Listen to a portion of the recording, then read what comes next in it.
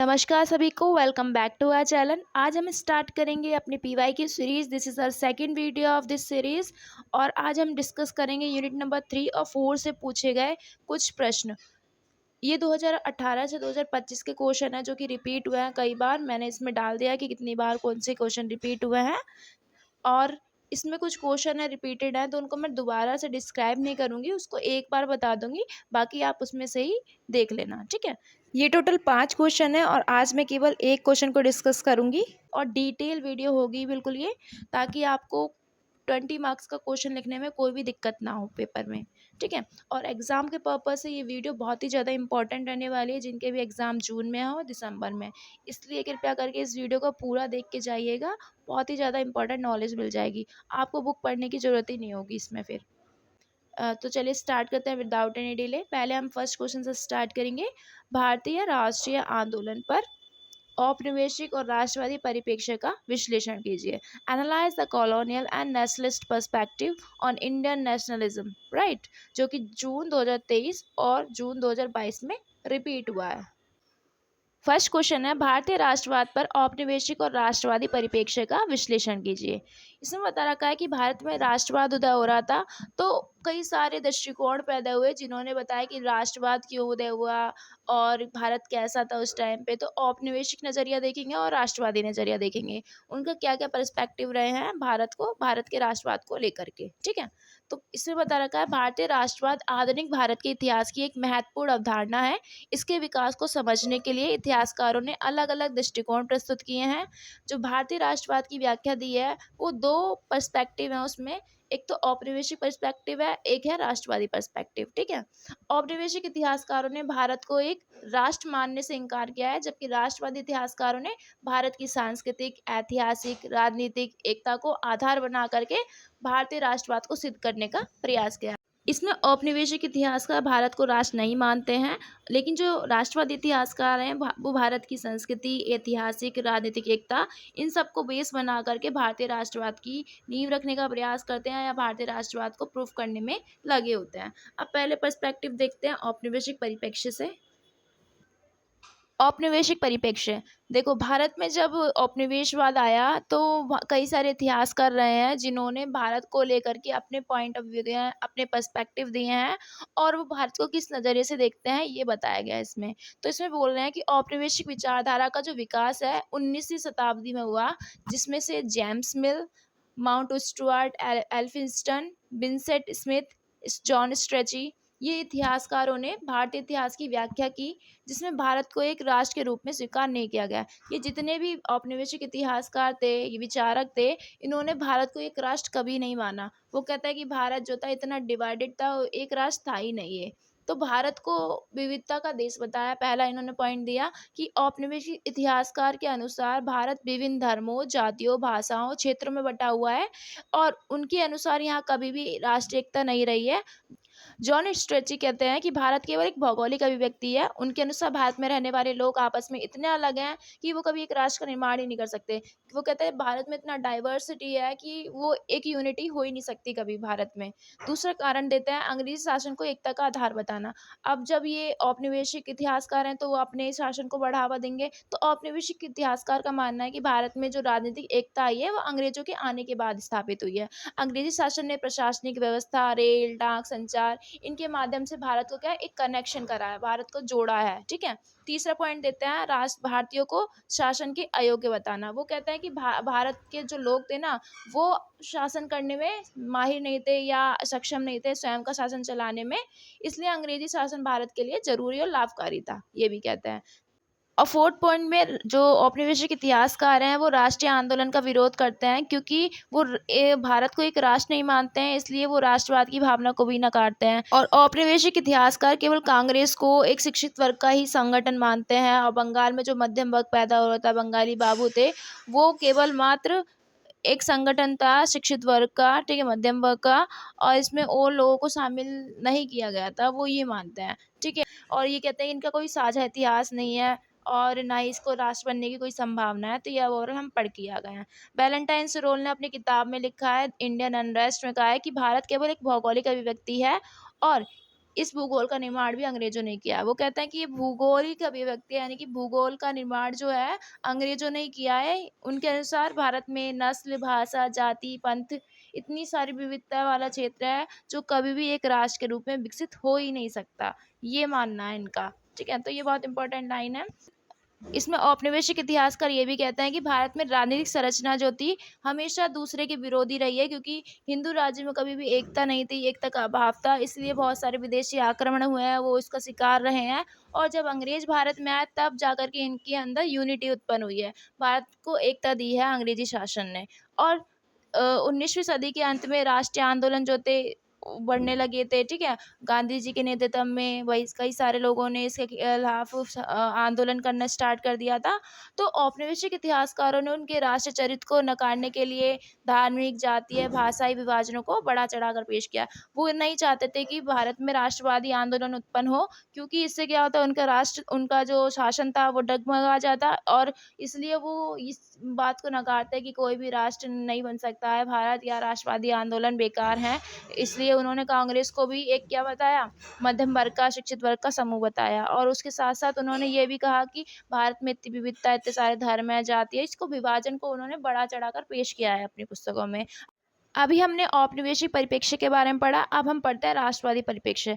राष्ट्रवादी परिप्रेक्ष्य की जो अवधारणा आई है वो औपनिवेशिक परिप्रेक्ष्य के विरोध में आई है, आलोचना में आई है, क्योंकि राष्ट्रवादी इतिहासकारों ने औपनिवेशिक विचारों का विरोध किया और कहा कि भारत की ऐतिहासिक और सांस्कृतिक एकता को उन्होंने सिद्ध करने का प्रयास करा है। और जो राष्ट्रवादी इतिहासकार थे वो मानते थे कि भारतीय राष्ट्रवाद जो है ऐसे ही नहीं है कि अंग्रेजों के आने के बाद आया है, वो भारतीय राष्ट्रवाद पहले से ही मौजूद रहा है। भारतीय जनता के साझा अनुभव है, उनके एक्सपीरियंस रहे हैं, कई सारे उन्होंने संघर्ष देखे हैं, उनकी अपनी सांस्कृतिक परंपराएं रही हैं, वो उसी से राष्ट्रवाद का विकास हुआ है। भारतीय राष्ट्रवाद और राष्ट्रीय आंदोलन पर राष्ट्रवादी विचार का निर्माण औपनिवेशिक विचारों की प्रतिक्रिया के रूप में हुआ, क्योंकि जो औपनिवेशिक पर्सपेक्टिव था वो इतना बेकार था भारत को लेकर के, इसी वजह से राष्ट्रवादी विचार उत्पन्न हुए और उन्होंने अपने भारतीय राष्ट्रवाद और राष्ट्रीय आंदोलन पर टिप्पणी की। ठीक है, और राष्ट्रवादी लेखकों ने औपनिवेशिक इतिहास लेखन के द्वारा जो भी विचार पेश किए गए थे उसको स्वीकार नहीं किया, क्योंकि वो ये नहीं मानते थे कि अंग्रेजों के आने के बाद से राष्ट्रवाद आया है, वो इसको नकारते थे। कौन? राष्ट्रवादी। और भारत और उसके जो लोगों को खारिज करने की औपनिवेशिक साजिश का विरोध किया। वो नकारते हैं कि औपनिवेशिक जो विचारक हैं वो पूरा की पूरा हमारे भारत के विरोध में अपना तर्क देते हैं, इसलिए वो उनका आलोचना करते हैं औपनिवेशिक शासन की या औपनिवेशिक इतिहासकार की। और राष्ट्रवादी इतिहासकारों ने एक विचार केंद्रित नजरिया अपनाया। उनके बीच दो मुख्य दृष्टिकोण थे। देखो, राष्ट्रवाद में भी दो मुख्य दृष्टिकोण रहे हैं। एक तो है कुछ लोगों के पास में, वो कहते हैं कि पश्चिमी विचारों और शिक्षा के प्रभाव से भारत में राष्ट्रवादी चेतना उत्पन्न हुई। पहले दृष्टिकोण ये है किसमें? राष्ट्रवाद में। और दूसरा दृष्टिकोण ये मानता है कि राष्ट्र प्राचीन इतिहास के आरंभ से ही मौजूद था। तो कुछ लोगों का मानना है कि हमारा राष्ट्र पहले से ही मौजूद है, प्राचीन काल से ही। लेकिन कुछ लोग ये मानते हैं कि नहीं, जो पश्चिमी विचार हैं और जो शिक्षा है उसके प्रभाव से ही भारत में राष्ट्रवादी चेतना उत्पन्न हुई है। तो राष्ट्रवादी में भी दो पर्सपेक्टिव रहे हैं। ठीक है, और राष्ट्रवादी लेखक ये भी मानते हैं कि पश्चिमी शिक्षा, स्वतंत्रता, लोकतंत्र के विचार ने राष्ट्रीय जागरूकता का निर्माण करा है। और राष्ट्रीय जो कांग्रेस थी, भारतीय राष्ट्रीय कांग्रेस, उसने भारतीयों को अपनी अभिव्यक्ति और दावेदारी का मंच प्रदान किया है। राष्ट्रवादी इतिहासकार हो या चिंतक हो, उन्होंने अपने विचार में किया है कि भारत प्राचीन काल से ही एक राष्ट्र रहा है। इसमें कई सारे पर्सपेक्टिव देखने को मिल जाते हैं। पहला है राधा कुमुद मुखर्जी, उन्होंने अपनी पुस्तक फंडामेंटल यूनिट ऑफ इंडिया में कहा है कि भारत महान था और प्राचीन काल से एक राष्ट्र था। उनके अनुसार भौगोलिक एकता की भावना बहुत पहले से ही मौजूद रही है। और दूसरे हैं हरविलास सारदा ने हिंदू सुपीरियोरिटी अपनी पुस्तक में कहा है कि प्राचीन हिंदू सबसे महान राष्ट्र था। तीसरे हैं लाला लाजपत राय, उन्होंने अपनी पुस्तक यंग इंडिया में इस बात पर जोर दिया कि भारत पिछले 2000 वर्षों से एक ही राष्ट्र है। चौथे हैं केपी जायसवाल, उन्होंने कहा कि भारतीयों के पास में आधुनिक ब्रिटेन से ही पहले प्रतिनिधि संस्थाएं, गणराज्य, संवैधानिक व्यवस्थाएं थी, यानी कि भारत में बहुत प्राचीन काल से ही गणतंत्र था। ठीक है, चुनने की क्षमता थी लोगों को, संवैधानिक व्यवस्थाएं भी थी अगर हम मौर्य काल की बात करें। ठीक है, इसलिए वो ये चीज़ें कहते हैं। अब आता है नेक्स्ट पॉइंट में, सांस्कृतिक एकता और विविधता में एकता। तो इसमें रविन्द्रनाथ टैगोर ने भारत को एक ऐसी सभ्यता के रूप में पेश किया है कि जहाँ यूनानी, शक, हूण, तुर्क, फारसी, अफगान ये सारे विदेशी समूह आए और भारतीय संस्कृति में ही समाहित हो गए। और महात्मा गांधी ने भी अपनी पुस्तक हिंद स्वराज में कहा है कि भारत की आंतरिक विविधता के बावजूद उसमें बुनियादी एकता मौजूद है। कितनी विविधता होने के बाद भी हम साथ में रह रहे हैं। जवाहरलाल नेहरू ने एकता में अनेकता की बात कही है। भारत को सांस्कृतिक रूप से एक मजबूत धागे में बांधा हुआ बताया है। तो यहाँ पर ये कहने का मतलब है कि जैसे अंग्रेज कहते थे कितनी सारी विविधता है, यहाँ पर आपस में लोग बटे हुए हैं, बट राष्ट्रवादी पर्सपेक्टिव ये कहता है कि यहाँ पर इतनी विविधता होने के बावजूद भी लोग एक साथ कई वर्षों से रह रहे हैं। राष्ट्रीय आंदोलन की भूमिका। तो राष्ट्रीय भावना को जगाने के लिए राष्ट्रीय आंदोलन की अहम भूमिका रही है। राष्ट्रवादी इतिहासकारों ने, भारतीय राष्ट्रीय कांग्रेस, स्वतंत्रता आंदोलन ने भारतीयों में एक राष्ट्रीय चेतना का विकास करा था। जैसे कि अंग्रेजों ने कई सारी दमनकारी नीतियां अपनाई थी, उनका आर्थिक शोषण करा था, नस्लीय भेदभाव होता था, बंगाल विभाजन हुआ, इल्बर्ट बिल आया।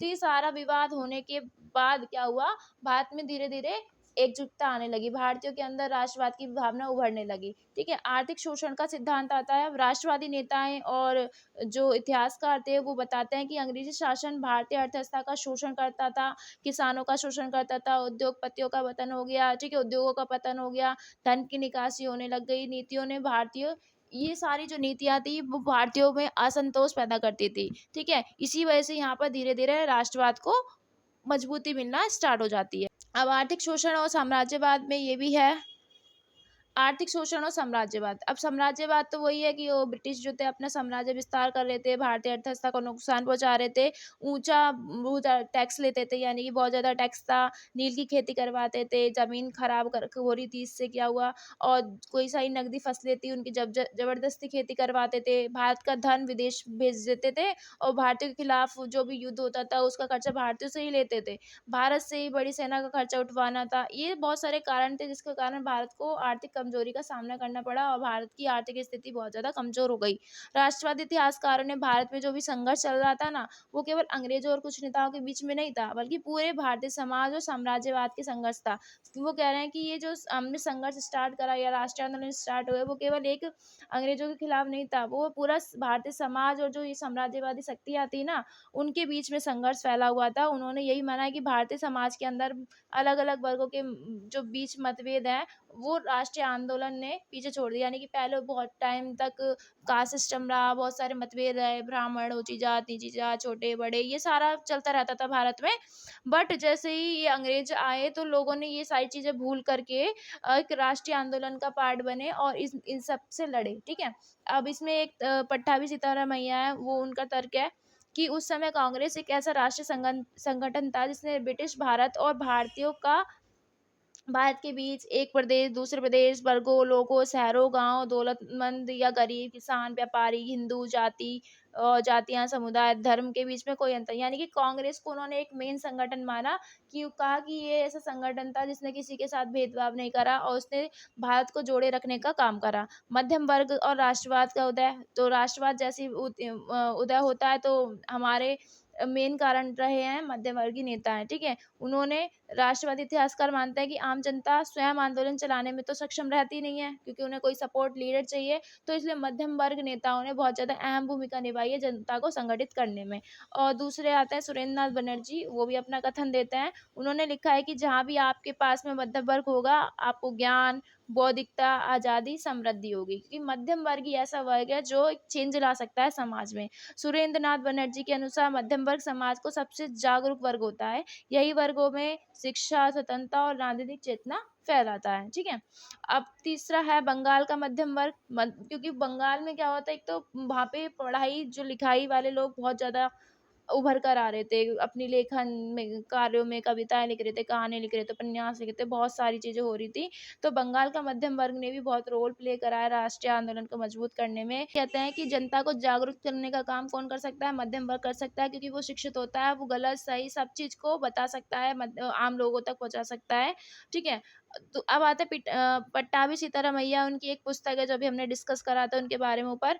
उन्होंने 1938 में अपनी पुस्तक लिखी थी, the rise and the growth of the Congress in India. उन्होंने उसमें लिखा था कि अखिल भारतीय आंदोलन की ताकत उनके नए शिक्षित मध्यम वर्ग से जुड़ी है, और उनके अनुसार भारतीय राष्ट्रीय आंदोलन की असली शक्ति शिक्षित वर्ग यानी कि मध्यम वर्ग है, वही वर्ग स्वतंत्रता, न्याय, राष्ट्रवाद की भावना को बढ़ा रहा है और राष्ट्रीयवादी नेताओं के विचार में राष्ट्रवादी इतिहासकार, राष्ट्रवादी नेता, देशभक्त और आदर्श थे। वो कहते हैं कि जितने भी लीडर उभर कर आ रहे थे बहुत ज़्यादा वो राष्ट्रवादी थे, ठीक है, और देशभक्त थे, आदर्शवादी थे और वो लोगों को जागरूक करने का काम कर रहे थे। तो उनकी विशेषताएं ये थी कि वे राष्ट्र और जनता के प्रति समर्पित थे, उनका कोई अपना निजी स्वार्थ नहीं था। वो ये यहाँ पे राष्ट्रवादी लोगों की बात कर रहे हैं कि जितने भी नेता लीडर उभर कर आ रहे थे ना, वो कोई अपना प्रॉफिट नहीं देख रहे थे और वो निजी स्वार्थ नहीं था उनका कोई अपना, वो राष्ट्र की लिए और राष्ट्र की जनता को पूरा तरीके से समर्पित थे और सभी वर्गों के समुदायों के लीडरशिप थे, यानी कि वो सबको प्रतिनिधित्व करते थे। वे धर्मनिरपेक्ष और प्रगतिशील राजनीति को बढ़ावा देते थे। राष्ट्रवादी इतिहासकारों का मानना है कि स्वतंत्रता आंदोलन के नेता केवल अपने फायदे के लिए काम नहीं कर रहे थे, वे पूरे देश और जनता के हित में काम कर रहे थे, ठीक है। तो ओवरऑल कंक्लूजन ये निकल के आता है कि इस प्रकार भारतीय राष्ट्रवाद पर औपनिवेशिक और राष्ट्रवादी परिप्रेक्ष्य जो थे एक दूसरे से भिन्न थे, क्योंकि हमारा क्वेश्चन ही यही था कि राष्ट्रवाद और औपनिवेशिक जो पर्सपेक्टिव है वो कैसे एक दूसरे से अलग हैं, क्योंकि यहाँ पर तुलना पूछी गई है तो आप तुलना करके बता सकते हैं कि ये इनमें अंतर था ऊपर से, ठीक है। औपनिवेशिक इतिहासकारों ने भारत को राष्ट्र मानने से इनकार कर दिया था, अंग्रेज शासन को भारत की एकता का आधार बताया था, और इसके अगर उल्टा देके अपोजिट देखे तो राष्ट्र इतिहासकार कहते हैं कि भारत की संस्कृति एक ऐतिहासिक राजनीति एकता, उन्होंने उसको प्रूफ करके दिखाया कि इसकी जड़ें पुरानी हैं और लोगों के अपने एक्सपीरियंस रहे, संघर्ष रहे, ये उन्हीं का रिजल्ट है कि राष्ट्रवाद भारत में पनपा, ठीक है। आज हमने इस वीडियो में एक क्वेश्चन डिस्कस कर लिया है। अगर आपको और भी क्वेश्चन ऐसे चाहिए तो please do let me know in the comment section. Till then bye bye, take care.